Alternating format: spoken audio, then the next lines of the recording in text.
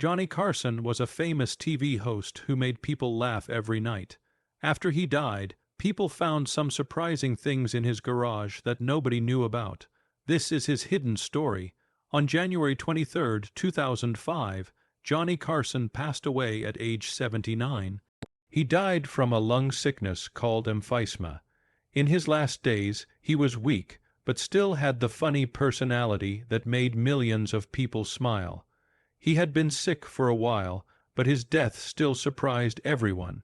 The man known as the king of late-night TV was gone. TV stations showed special programs about him. Newspapers wrote sad stories about losing such an important person.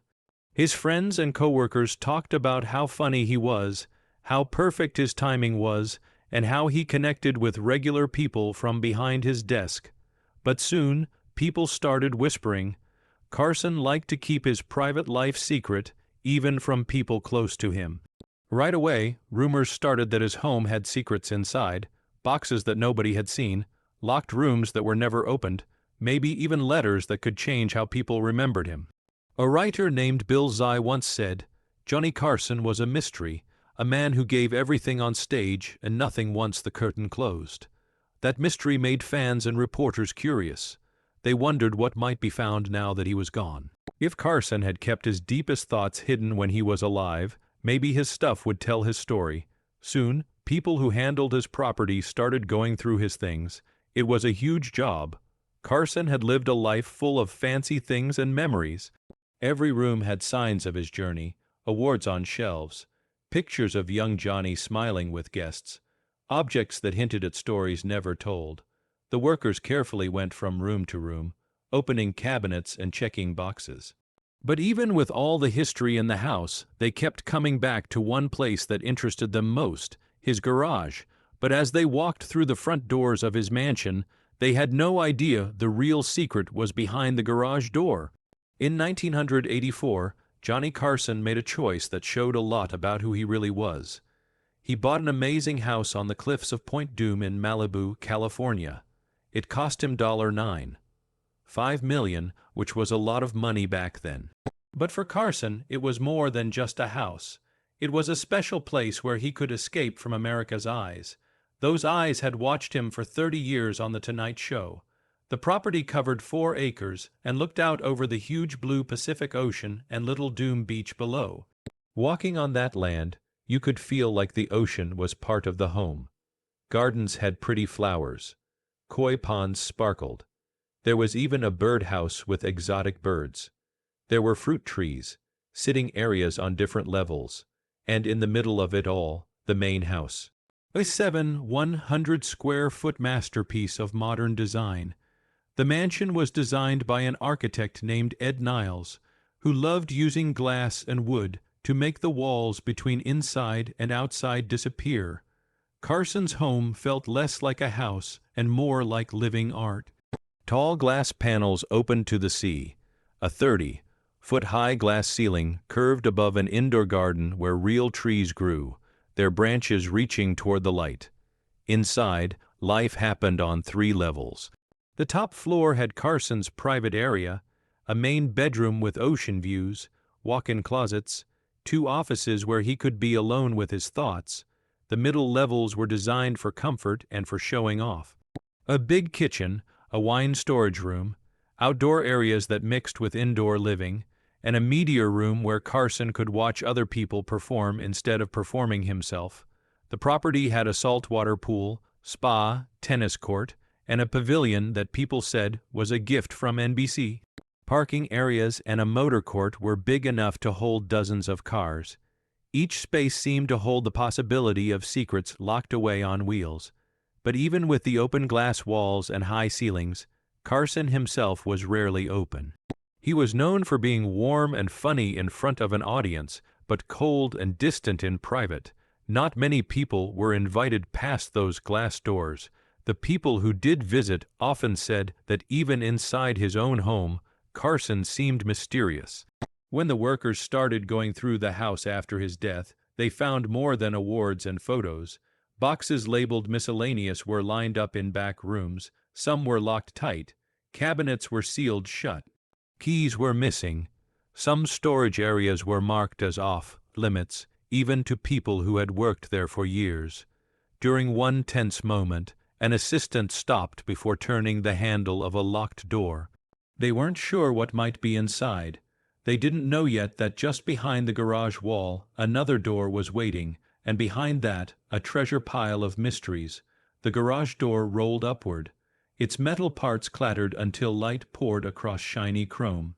Dust floated in the air, the kind that only builds up when a room has been locked for too long.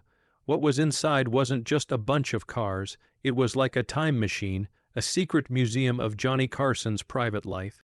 Parked neatly in rows were vehicles that told his story better than any interview ever could. At the far end sat a 1939 Chrysler Royal, faded with age but glowing with memory. This was the car that belonged to his father, the same one where Carson learned to drive. The Chrysler wasn't about being fancy or fast. It was about his roots. Years later, he left it in his will to Jay Leno, like passing something important from one late-night legend to another. Then came the stainless steel star of the collection, the 1981 DeLorean DMC-12. With its doors that opened upward and futuristic look, it seemed frozen in time. Carson had been more than a fan. He had been an early investor in the DeLorean company, putting $500,000 into the dream. The car had once trapped him inside when its electrical system broke, leaving him banging on the glass until someone helped. That moment became one of his funny stories. But here, in the quiet darkness of his garage, the DeLorean felt like a symbol. Doors that wouldn't open, secrets that wouldn't let go. Next to it was a sleek 1988 Mercedes-Benz 560 SL, finished in perfect white with leather inside. Unlike the DeLorean, it wasn't flashy. It was elegant, simple. A choice that showed Carson's love for comfort and style. He kept it for over 10 years, long after other cars had come and gone. Some people whispered it carried more than memories. A parking attendant once suggested there had been papers tucked into its glove box. Items Carson never wanted to leave the house. There was also his 1992 Chevrolet Corvette, a symbol of his later years. This was his last car, his final ride. Some believed it marked the end of his love for the open road. Others wondered if he had left something personal inside. A journal or maybe letters he never sent, and tucked away near the back, a rare 1966 Ghia 450 SS. Its Italian curves hinted at another side of Carson. One that enjoyed the exotic, the unusual, the rare finds hidden from the spotlight. But the cars were only part of the mystery. As the workers looked closer, they noticed strange details. Boxes marked miscellaneous stacked against the wall. Cabinets locked with no keys anywhere. A folder wedged awkwardly behind a tool rack. One assistant hesitated before pulling open the folder. Inside was a single sealed envelope, yellowed with time. The handwriting was unmistakable. Johnny's, the name on the front, was not one anyone recognized. The room went silent. For years, Carson had been called distant, even by people closest to him. Now here was proof that his private life still had untold stories. The envelope shook in their hands. They began to unfold the fragile paper inside. And in that moment, they realized it might change everything people thought they knew about Johnny Carson's life. For decades, Johnny Carson was the smiling face America trusted every night. But when cameras weren't rolling, his private world was more complicated. His life was shaped not only by millions of people clapping, but by relationships he struggled to keep together at home. Carson got married 4 times. Each marriage left its own mark. His first marriage was to Joan Jody Moriel Walcott in 1949, long before he was famous. Together they had 3 sons, Chris, Rick, and Corey. Their early years were full of hope. But Carson's growing fame, his long absences, and his drinking created problems in the marriage. By 1963, after 14 years of trouble, it ended in divorce. Only months later, Carson married Joanne Copeland. She entered his glamorous world when his career was at its peak. For nearly 10 years, she lived through the laughter and the storms, but Joanne spoke later about how alcohol could turn him into two different people. By 1972, this marriage also ended, leaving behind anger and betrayal. That same year, Carson married again, this time to Joanna Holland. Their marriage lasted over 13 years, longer than the others, but it was just as troubled. The divorce in 1985 was sudden. Holland announced it on the very night of their anniversary dinner. Carson was shocked, a rare moment when the man in control found himself unprepared. His final marriage was to Alexis Moss in 1987. Unlike the others, this one lasted until his death in 2005.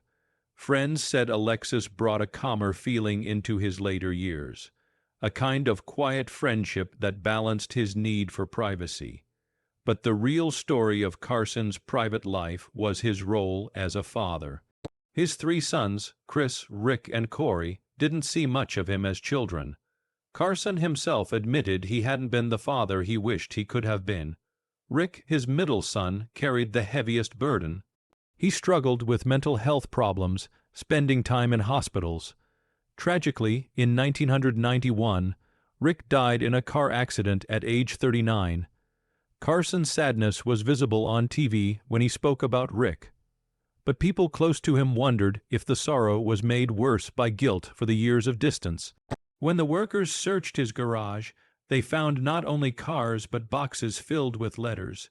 Among them were drafts of notes never sent. One seemed to be addressed to my boys. The handwriting was neat, careful. Like Carson was practicing what he could never quite say out loud. One fragile envelope stunned the appraisers. Inside was a letter that seemed written to Rick. It talked about regret, about wishing he had been there, about hoping his son knew he was loved, even in the quiet times. The words were raw and honest, so different from the polished humor the world remembered. For a man who lived behind layers of charm, here was the real truth of a father's heart. These letters showed what the public never saw, not the king of late night, but a man who fought with love, loss, and the shadows of his own choices. But what they uncovered next was so shocking, even the people closest to Carson didn't know until now. The man who made millions laugh every night carried troubles inside him that few ever saw. Writers Bill Zame and Mike Thomas, in Carson the Magnificent, describe a host who could be dazzling in the spotlight but dangerous in private. Alcohol was often the trigger.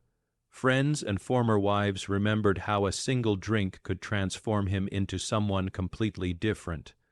Joanne Copeland, his second wife, once said he was 2 different people when he drank. The charming entertainer became tense, angry, even mean, saying things he would later feel sorry about. His first marriage to Jody Walcott was marked by fiery fights. Zame writes about lots of drunken arguments that happened in front of others. Afterwards came long silences, days or weeks of cold distance, guilt, and bitterness. Copeland faced similar battles. She described evenings where laughter would turn to anger with no warning. This double personality haunted Carson's private life. Feeding rumors and whispers long after the cameras stopped rolling, the public got a glimpse of these struggles in 1982 when Carson was arrested for drunk driving near Beverly Hills. The charge was in newspapers everywhere. Fans who thought of him as perfect were shocked. He pleaded no contest, was fined, and put on probation. It became one of his few scandals that broke fully into the open. Yet writers reveal that behind the closed doors of his marriages, the results of his drinking were far worse than any newspaper could capture. Each of Carson's marriages showed the same pattern: love, glamour, then cracks of jealousy, secrecy, and emotional distance. His wives struggled with a man who belonged to the public, but kept his soul hidden. His marriage to Joanne Copeland had an especially cruel twist. Rumors said she had an affair with football star Frank Gifford. Some say Carson discovered she rented an apartment for her secret meetings. To a man already guarded and mistrustful, this betrayal hurt deeply. His pain wasn't only at home but also in his work. Carson's ambition created rivalries. One well-known feud was with Wayne Newton after a business deal over the Aladdin Hotel in Vegas went bad. Carson made fun of Newton on TV, jokes that Newton later said were meant to hurt. With Joan Rivers, it was a different kind of break. She had been his frequent guest host, his friend. When she started her own talk show, Carson felt betrayed. He never spoke to her again, leaving Rivers heartbroken. The silence between them lasted until his death, proof of how unforgiving he could be when he believed loyalty was broken. Carson's silence was his protection. He rarely talked about his past, his politics, or his feelings. In a Playboy interview, he once admitted, "I live my life, especially my personal life, strictly for myself." It was his way of saying the world could have the entertainer, but not the man behind the curtain. Biographies suggest this privacy went further than anyone realized. Rooms in his home were locked, even from trusted workers. Some of his children struggled with him as well. His son Rick battled mental illness, but Carson reportedly did not visit him during a hospital stay, another sign of the walls he built, even within his family. The world loved Johnny Carson, but the dark parts of his life were never far from the laughter. And yet those closest to him would soon discover that the darkest secrets were not just in his marriages or fights. They were hidden in places no one had thought to look. Johnny Carson's story began far from the bright lights of Hollywood. Born in Corning, Iowa in 1925, he grew up during the Great Depression, a shy boy who found escape in performing magic tricks for neighbors. After serving in the Navy during World War II, he went into radio. His calm voice and sharp humor quickly made him stand out. By the 1950s, television was rising. Carson knew instantly that it was where the future was. He hosted Who Do You Trust? Before landing the opportunity that would define his legacy, taking over The Tonight Show in 1962. For the next 30 years, Carson ruled late night. He made America laugh at the end of every day. Turning interviews into easy theater, his timing was legendary. His opening jokes were sharp and biting without being cruel. He became known as the King of Late Night, a title he wore with grace, though it hid the intense discipline behind the scenes. He retired in 1992. His farewell drew an audience of over 50 million viewers, proof of how deeply connected he had become to American culture. The awards Carson received were as many as the laughs he inspired. He won 6 Emmy Awards, a Peabody, and the Television Academy's Governor's Award. In 1993, he was honored with the Presidential Medal of Freedom, one of the nation's highest civilian honors. Later, the Kennedy Center gave him its prestigious honors, cementing his place among the giants of American entertainment. Yet his true legacy lives on in those who followed him. Jay Leno often said that Carson was the gold standard, the person all late-night hosts measured themselves against. David Letterman described him as the best there ever was. Even comedians of later generations, from Conan O'Brien to Jimmy Fallon, admitted they studied Carson's mannerisms, his rhythm, the subtle way he brought out guests. He wasn't just a performer, but a teacher by example. But what the garage revealed added new shades to this polished picture. Among the cars and boxes, there were scripts never aired, opening jokes scribbled and then thrown away. Notes where Carson thought not just about comedy, but about life. In one folder, estate handlers found thoughts on fame and loneliness, as if Carson had been wrestling with questions he never allowed the world to hear. These writings suggested that the man who seemed untouchable on television was actually deeply self-aware, aware of the cost of the laughter he provided. For biographers, these discoveries made his story more complicated. Was Carson the perfectly controlled host who kept his feelings hidden? Or was he a man whose jokes and silences were both shaped by private doubts and regrets? Some argue his public mask was his true artistry, the ultimate act of performance. Others insist the hidden pages in the garage prove there was more to him than anyone realized. Johnny Carson's life was a mix of laughter, mystery, and quiet struggles behind the spotlight. What are your thoughts on his story and legacy? Share them in the comments below.